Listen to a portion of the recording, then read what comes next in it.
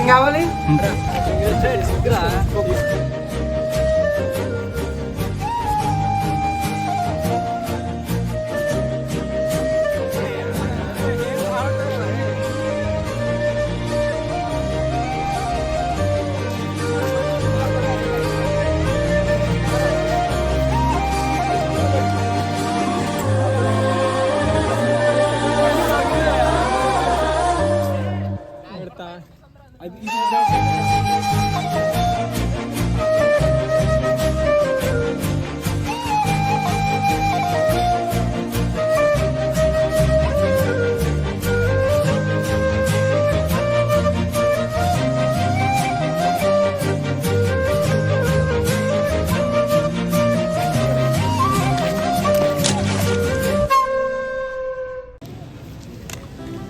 అరే ఇలా చూడండి రా, బెంగళూరులో వాటర్ క్రైసిస్ వల్ల పీపుల్ మొత్తం చాలా సఫర్ అవుతున్నారా. అవును, నేను చూసా ఈ మధ్య ఎక్కడ చూస్తే బాగా ట్రెండ్ అవుతుందిరా. మన దగ్గర వాటర్ ఉన్నా కూడా మన చేతుల ద్వారా మనమే పొల్యూట్ చేసుకుంటున్నాం, వాళ్ళు లేక సఫర్ అవుతున్నారా.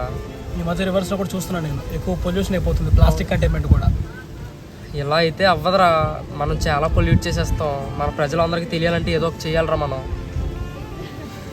ఏం చేద్దాం? రీల్ చేద్దాం రా, బెస్ట్, అందరికి రీచ్ అవుతుంది. అవి గుడ్ ఐడియా, చేయొచ్చు. ఓకే రా.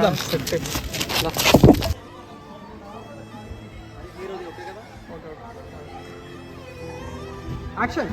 Hi guys, this is Ram. ఈరోజు నేను వరల్డ్లో జరిగే మేజర్ ఇష్యూస్ కోసం డిస్కస్ చేయడానికి వచ్చాను. ఫస్ట్ థింగ్ వచ్చేసి వాటర్ పొల్యూషన్, సెకండ్ థింగ్ వచ్చేసి వాటర్ క్రైసిస్. వాటర్ క్రైసిస్ మనకు తెలిసిందే, రీసెంట్గా బెంగళూరులో జరిగింది.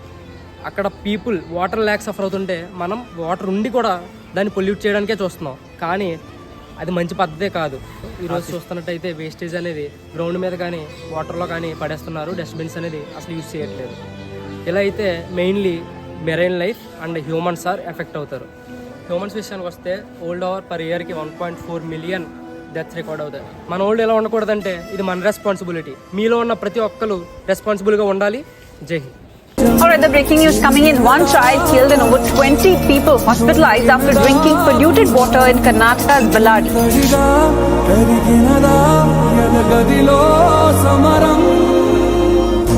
ఏది మనదనుకుంటా ఏది కాదనుకుంటా లేని తలరాతని వెతికే మనసుకు ఏమని చెబుతా ఎంత కని దిగిపోతా ఎంత కని దిగులవుతా